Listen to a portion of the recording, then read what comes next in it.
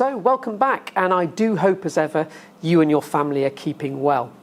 So what we're going to look at in this slightly shorter video is taking our work a bit further on uncertainties, and we're going to look at how we get the uncertainty of a calculated value from the gradient of a graph. So to show you how we do this, let's imagine a little experiment. Let's imagine something fairly simple, that we want to measure our speed. And our speed might change, it might not, but what we can do is we can take values of distance at different times and then do a distance time graph. So we're going to draw a distance time graph. So a fairly simple example. Obviously at A level it would be quite a bit more complicated than this. So let's have a look at our data table. So we will collect the data for our experiment, and so here's our table, and I'll just draw something very quickly. So we've got the time in seconds and the distance we've gone in meters, and let's assume that we obviously start the clock at 0 and we start 0 meters away, so 0, 0, and then the clock ticks away and we'll get it up to 18 seconds. And the distance gets further and further away, and we get up to 105 meters. Okay, now we need to know the uncertainty in these measurements. So let's say what the uncertainties of these are. I'll set some values for them. So the uncertainties in our measurements. And again, that's really what makes it A level. So let's have the time, okay, and we'll measure the time to plus or minus 2 seconds. Okay, you might say, well, that's really poor measurement of time. Yeah, just go with it, it makes the point. Okay, and let's measure our distance that we've travelled to within 10 meters. Again, you might say, gosh, that's an absolutely dreadful uncertainty there. Yeah, but I'm making the uncertainties large so we can understand it. So what we're going to do next is plot our graph, but we're going to take into account these uncertainties on the points that we draw on the graph. Okay, so let's draw our graph now. So I'll put some axes here. And if you think this is going to be sort of typical like GCSE and a bit simple, nope, we're going to make this a little bit more difficult and take it up to A level. So we've got the distance that we went here in meters, we've got the time in seconds, and the highest value here will make 110, and we'll make the highest time 20 seconds. Okay, so we've got our axes sorted. The next thing to do, obviously, is to plot our points. So I'll just very quickly put some points on this graph. So here we go. Let's have one there as well. Let's have one here. So we've got our data set. And of course, what you know is you need the line of best fit. But before we do that, we need to be aware that these points aren't exactly in the right place. If you think about it, the time could be, this one could be 2 seconds bigger or 2 seconds smaller, and this distance could be 10 meters more or 10 meters less. So what I'm going to introduce now is some error bars onto the graph. So let's look a bit more closely at the points we've plotted. Now, I did point out to you that they're kind of wiggling a bit, as it were, because of the variation in time. It can be 2 seconds bigger or smaller. It can sit within that range, and it can sit within 10 meters either way. Okay, so what I'm going to do is I'm going to put on this graph now some error bars. And this is an important concept at A level. So firstly, I'm looking at that one and I'm just going to ignore it because I think that that one is an anomaly. Okay, so we'll get that out of the system. And then I'm not going to do it with the correct numbers. I'm just going to do this quickly for the sake of the example. There's our 2 second variation. Okay, so all of these are 2 seconds, in other words 1 second either side. Need to go a bit further on that one. Okay, 1 second either side. Same here and same here, and obviously you'd have to do this properly. And then there is the uncertainty in the distance, 10 meters. Okay, this is probably not going to be quite to scale, but let's have that and that and that. You can see what I'm doing here. Okay, plus or minus 10.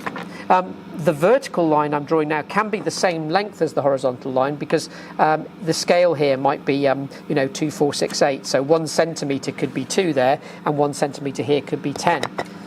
So don't think that they have to be different lengths. Okay, right, now this is what makes it A-level. So I've drawn on the error bars. Yep, now where is the line of best fit?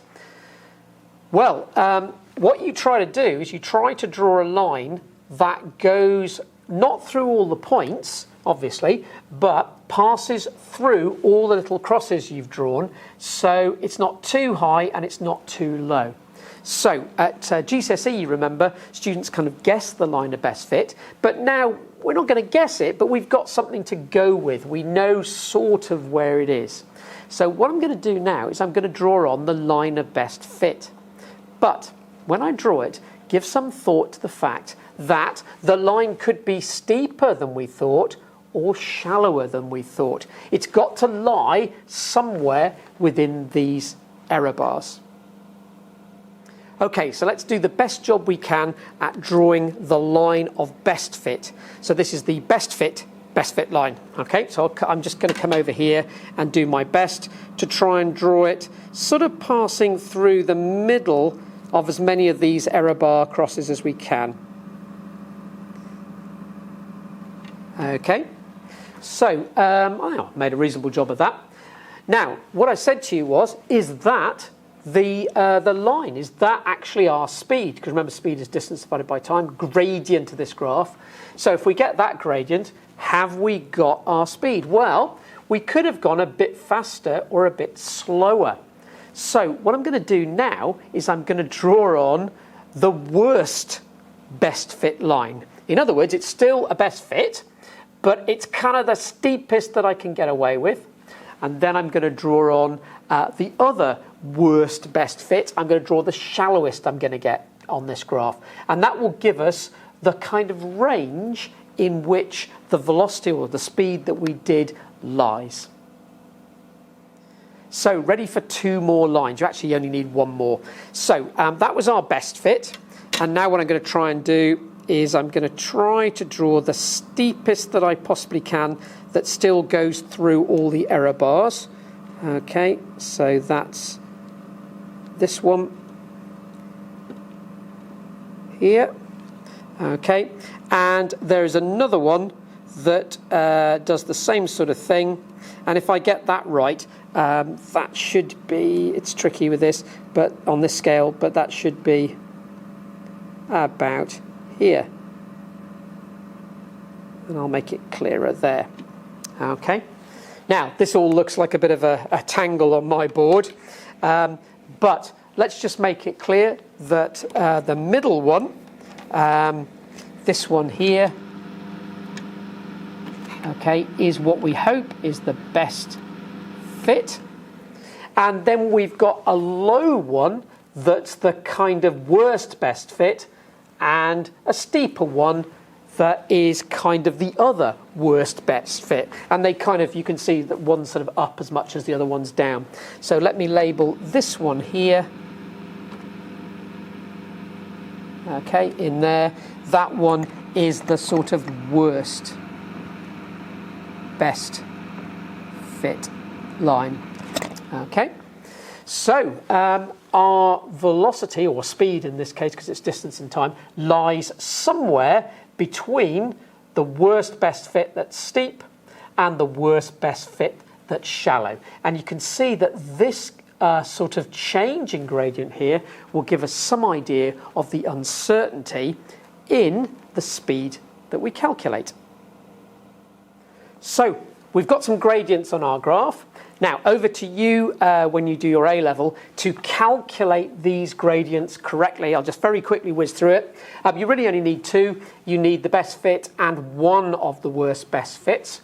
Okay, but when you do it, remember, draw the biggest triangle you can, and remember it's how much you go up by divided by how far across, and remember it might not start at 0, 0. Now, we will be asked to quote the uncertainty in the calculated value of our speed, the gradient. Okay, so what we need to do is work out two gradients. Yep. This one and this one. You can pick the lowest one if you want, doesn't really make any difference. Okay, and then what you need to do is to realise that the absolute uncertainty is plus or minus that amount. Okay, so I'm going to write down here what the absolute uncertainty is.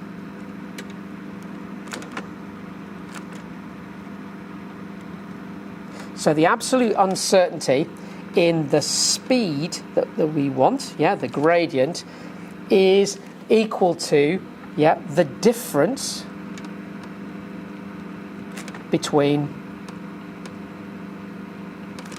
I won't write it in full here, but the two gradients, so 1 and 2. What's the difference between those two? Now, when I say the difference, you probably want to take 2 away from 1, okay? So this gradient minus that one to give you a positive number, but it doesn't really matter because it's plus or minus, okay? So what you can then do is you can say, okay, I've got my best fit line. That gives me a velocity, okay? And then it's going to be plus or minus a certain amount. And we'll look at how we quote that uncertainty and how we show what percentage that uncertainty that is. And then we can compare it maybe to a textbook value and see if we are close to their value, okay, and we're within a reasonable uncertainty. So let's now put some numbers into this, and I'm sort of making it up as I go along, but it will make the point, okay? So let's say that our best fit line gives maybe 5 meters per second. Okay, and let's say our worst best fit is a little bit steep. It gives us 6 meters per second. Okay, so you can see that our speed lies between plus or minus sort of 1 meter per second here. Okay, it could be a bit higher or a bit lower. So what we'll do is we'll quote that as a percentage uncertainty.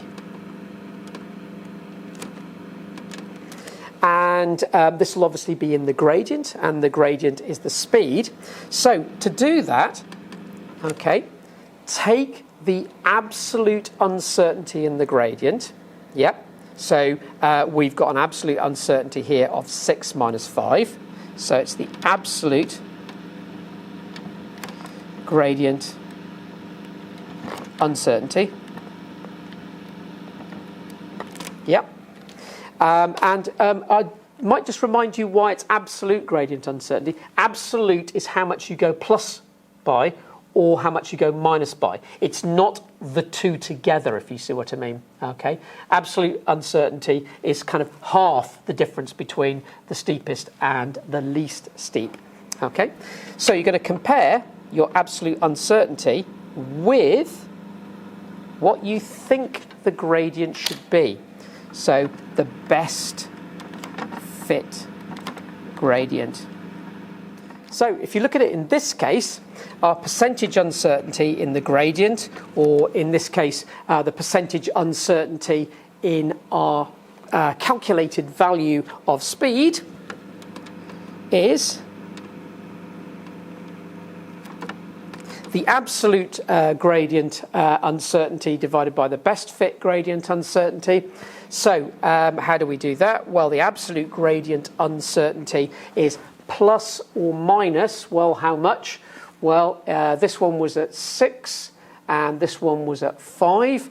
So 6 minus 5 over the best gradient that we've got, okay, the best fit gradient, which is 5, and that all comes out at 1/5, which is 0.2, and therefore that is 20% uncertainty. So our gradients varied 20% either way, plus or minus 20%. So how would we quote our velocity in the end? Well, what we would say was, or speed, our speed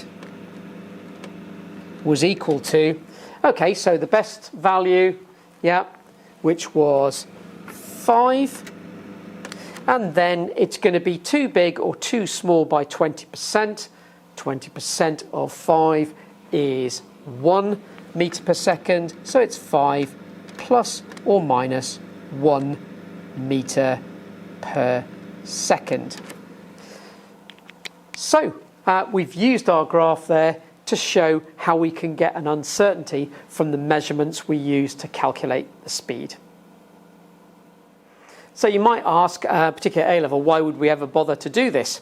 Well, sometimes the gradient of our graph gives us something that we want to know something about. In other words, in this case, it's a simple one. It's the speed that we're going at.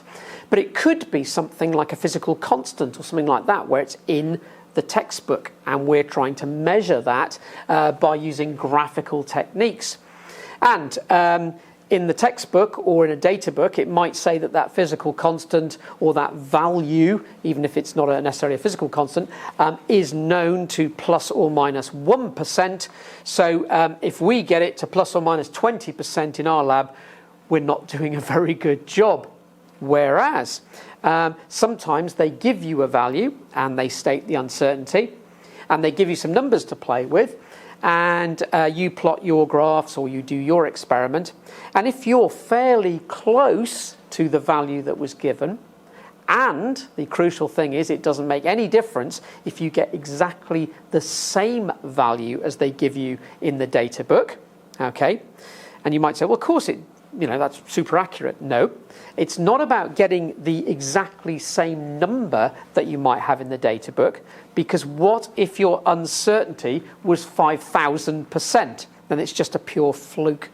But if you get a very similar number to that that's given to you from the textbook or with other experiments, and your uncertainty is comparable to the uncertainty in the way that other people did it, okay, so theirs might be 1% and you might be 2%, okay, then you can say you've done a pretty good job of your experiment.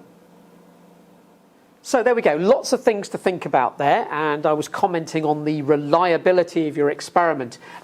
You can look here at how much your gradient varies, and if it doesn't vary by very much, you've done a good job. Okay, I've taken into account here revising how you do gradients, but I've introduced the concept now of error bars, and they're really important, and the best fit line and the worst best fit lines. So I hope you found that useful and it helps you with your A-level studies. I'm sure I'll be making more videos before long, and I look forward to seeing you then.